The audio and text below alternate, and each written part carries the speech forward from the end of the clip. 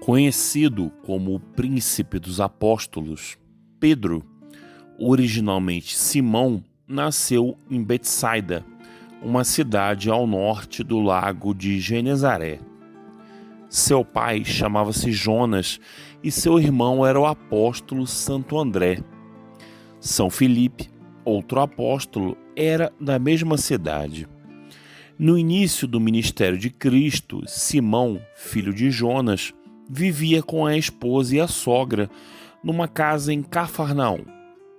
Lá, com seu próprio barco, exercia o ofício confortável de pescador de lagos e poderia ser considerado de classe média. Sua existência burguesa foi inicialmente perturbada ao conhecer João Batista, que pregava o arrependimento e a vinda iminente do Messias.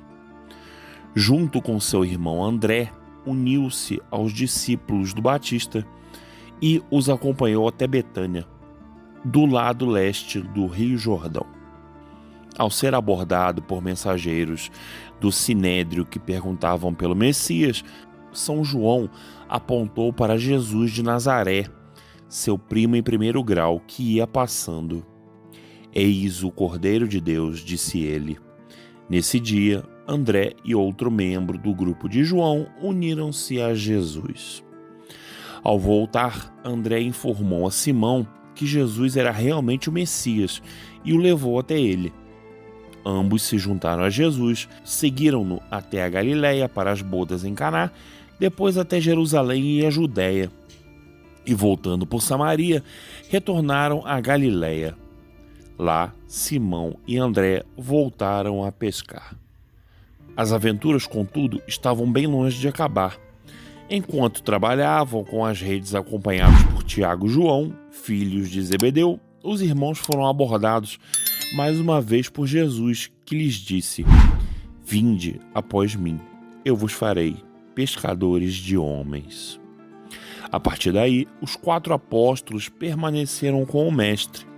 Logo após, ele fez o Sermão da Montanha, curou o filho do centurião em Cafarnaum e também a sogra de Simão.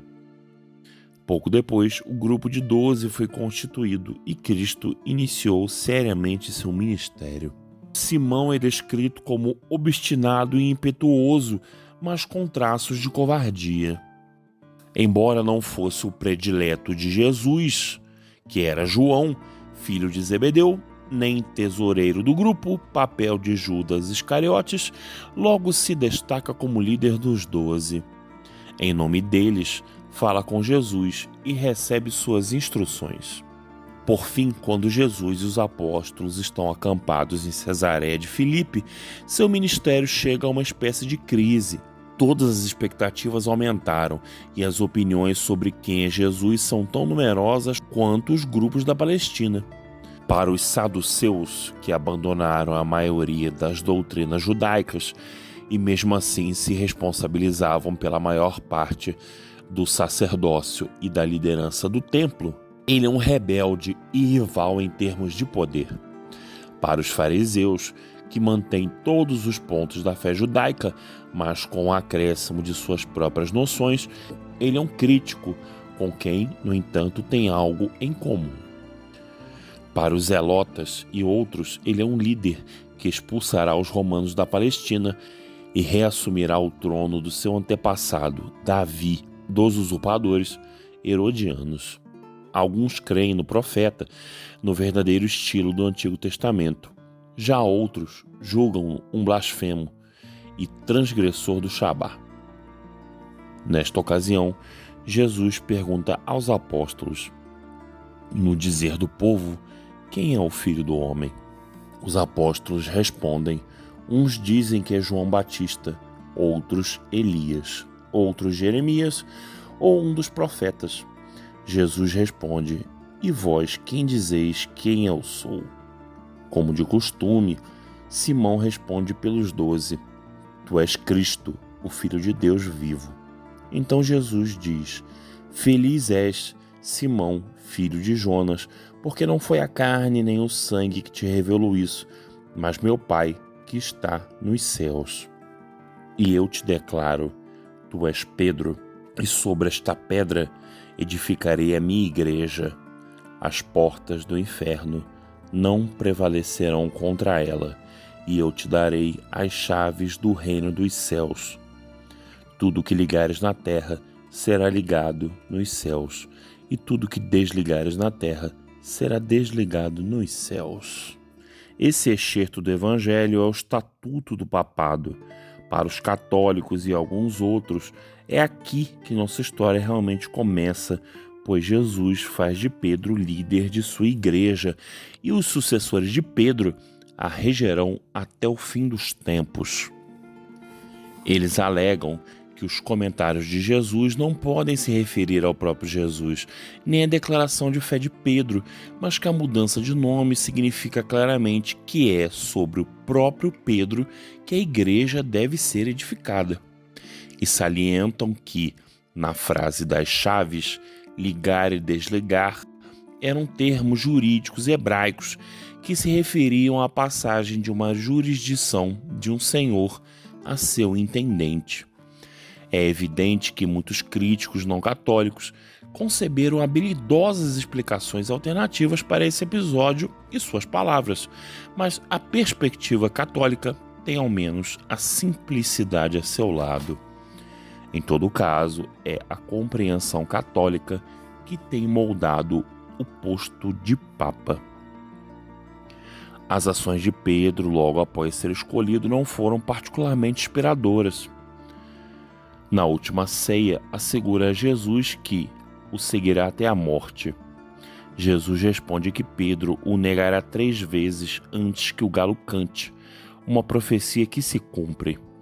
No jardim, adormece com os outros enquanto Jesus sofre sua agonia. Após ser tomado pela raiva e cortar a orelha do criado do sumo sacerdote, foge com os outros apóstolos. Enquanto Jesus é questionado e torturado, Pedro se aquece ao fogo e, de fato, comete a tripla traição, algo que o aflige pelo resto da vida. Ao fazê-lo, demonstra o quanto os papas subsequentes serão capazes de desviar-se do seu nobre chamado. Porém, no caso de Pedro, recupera-se da queda com rapidez.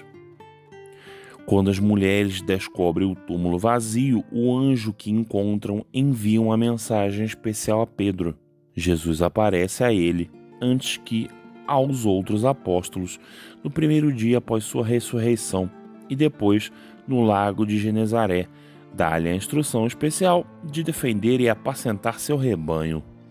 Após a ascensão de Cristo, Pedro é deixado encarregado dos outros.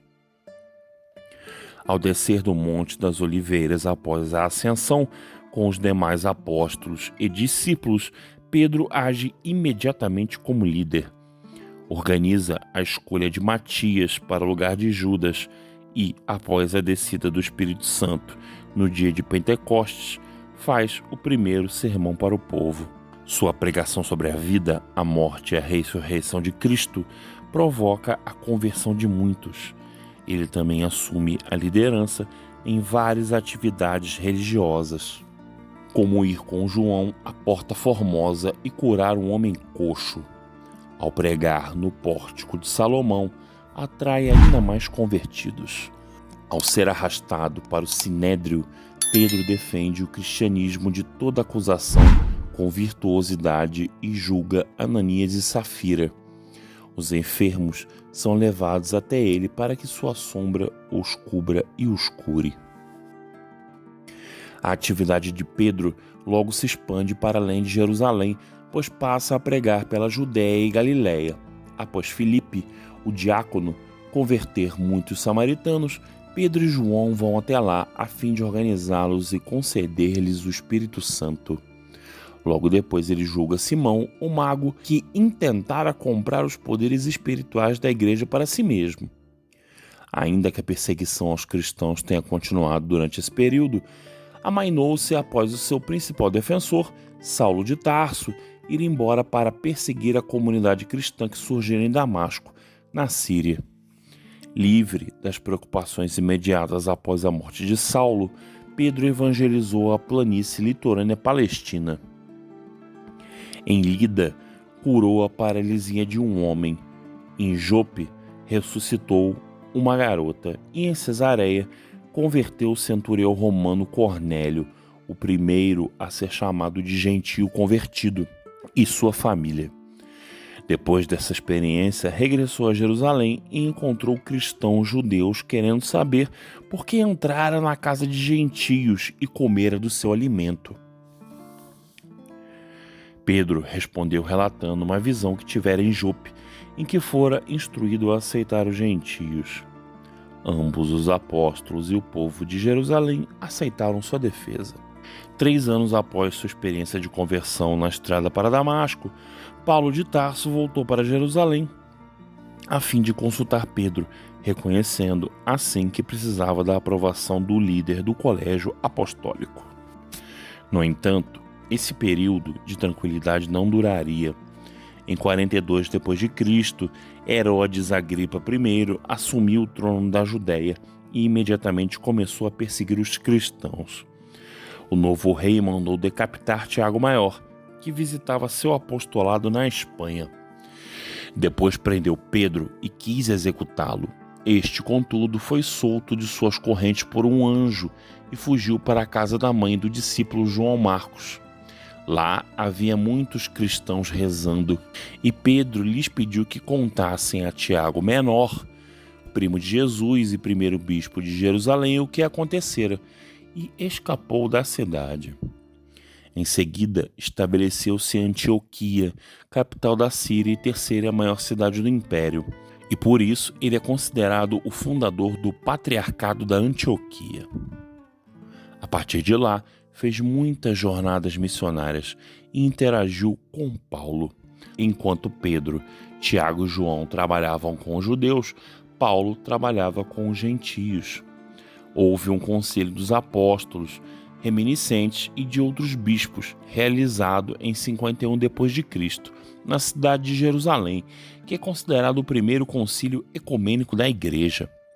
Pedro, que de início defendia que os convertidos estivessem dispensados dos costumes judaicos, foi convencido a reimpô-los aos novatos. Paulo, cuja obra era principalmente com os gentios, opôs-se a ele.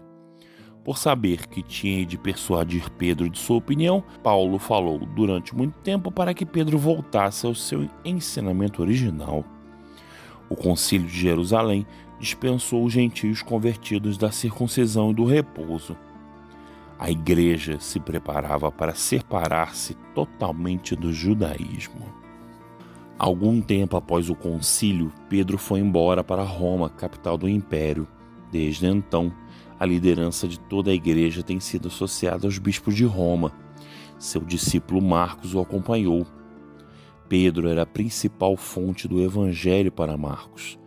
Depois de um tempo, seria enviado por seu professor a Alexandria, no Egito, segunda cidade do império. Assim, os 3 clérigos que reivindicam o título de patriarca de Alexandria, grego ortodoxo, copta ortodoxo e copta católico, são chamados de sucessores de São Marcos, tal como o Papa é chamado de sucessor de São Pedro. Durante sua estadia em Roma, Pedro escreveu suas 2 epístolas, trabalhou com os convertidos da cidade e se juntou a Paulo mais uma vez. Nos 25 anos que passou na cidade, converteu muitos membros das famílias mais antigas da nobreza romana. Na catacumba de Santa Priscila, situada debaixo do jardim da vila da família patrícia Atili Gabrieliones na Via Salária, Pedro instruiu neófitos na fé. Outro nobre cordial, Pudêncio, abriu sua casa para o culto dos cristãos. Porém, como sempre, a perseguição acompanhou a igreja nascente. Numa época em que o divórcio era comum, a igreja o proibia. Todos os tipos de sexualidade aberta eram mais ou menos encorajados pelas autoridades e a igreja insistia que o sexo pertencia apenas ao casamento. O infanticídio era disseminado e a igreja também o condenava. O Estado declarava que todos os deuses eram mais ou menos verdadeiros e os cristãos diziam que somente um deveria ser adorado. O imperador reivindicava honras divinas, mas os cristãos recusavam-se a concedê-las. Para piorar, o ato central da religião cristã, o consumo de pão e vinho transformados no corpo e sangue de Cristo, era mantido estritamente em segredo. Mas relatos truncados do que acontecia durante as cerimônias secretas vinham à tona e os oficiais imperiais, enraivecidos por outros aspectos dissidentes do estilo de vida cristão, aproveitavam-se alegremente deles, pois não eram os cristãos canibais? Sob esse pretexto, o imperador Nero, em busca de um bode expiatório para sua própria má administração, tornou o cristianismo ilegal no império. E assim iniciou-se a primeira perseguição geral. Quando a ordem foi imposta, Pedro decidiu fugir, mas saindo de Roma, deu com Jesus a entrar pela cidade. "Aonde está indo, Senhor?" perguntou surpreso. "Quo vadis, Domine?" "A Roma, Pedro", veio a resposta, "para ser crucificado outra vez." Consciente de sua covardia em Jerusalém, o primeiro papa regressou tristemente à cidade. Como temia, fez parte da primeira leva de prisioneiros, assim como Paulo. Ambos foram encarcerados na prisão mamertina. As correntes de Pedro e também as que o prendiam em Jerusalém são atualmente veneradas numa igreja no mesmo local. Ordenou-se que os dois fossem executados. Como cidadão romano, Paulo foi decapitado. Já Pedro, natural da Judéia, teria de ser crucificado. Porém, ao julgar-se indigno de morrer a morte do Senhor que negara, pediu para ser crucificado de cabeça para baixo. Seu pedido foi concedido e ele morreu nos jardins de Nero, na colina do Vaticano. Sepultado em uma catacumba na mesma colina, logo seu túmulo se tornou local de peregrinação. De início semi-secreto, foi marcado pelo imperador Constantino com uma imensa basílica, substituída no século XVI pela obra-prima que vemos hoje. Desde a época da construção da basílica, os papas têm rezado suas principais missas sobre o túmulo de seu primeiro predecessor. Como primeiro papa, São Pedro estabeleceu o padrão para todos os seus sucessores, e como muitos deles, ele pecou por omissão e por covardia, e ocasionalmente por impetuosidade. A despeito do favor divino, continuou demasiado humano. Porém, o primeiro e melhor dos papas superou tudo isso, manteve seu rebanho pelo mundo conhecido e no final morreu por isso. Em sua primeira epístola, determinou o fundamento básico do ensinamento social da Igreja, transmitido ao longo dos séculos. Por amor do Senhor, sede submissos, pois a toda autoridade humana, quer ao rei como soberano, quer aos governadores como enviados por ele para castigo dos malfeitores e para favorecer as pessoas honestas. Porque esta é a vontade de Deus, que, praticando o bem, façais emudecer a ignorância dos insensatos. Comportai-vos como homens livres, e não à maneira dos que tomam a liberdade como véu, para encobrir a malícia, mas vivendo como servos de Deus. Sede educados para com todos, amai os irmãos, temei a Deus, respeitai o rei. Não obstante o ódio dos imperadores e de seus subordinados civis pelos cristãos, as palavras anteriores continuaram de pé, como mostram as orações pelo imperador nas liturgias mais antigas e o serviço dos cristãos no exército e no trabalho público, quando ordenavam que eles acendessem incenso para o imperador ou para seus deuses, recusavam-se e muitas vezes pagavam com a própria vida. Porém, no final, como veremos, tiveram sua vitória. No calendário católico latino, São Pedro e São Paulo são honrados em 29 de junho, um dia santo de descanso em muitos países.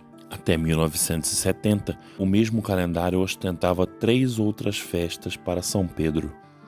Suas correntes eram honradas em 1º de agosto, sua cátedra em Roma em 18 de janeiro e sua cátedra em Antioquia em 22 de fevereiro.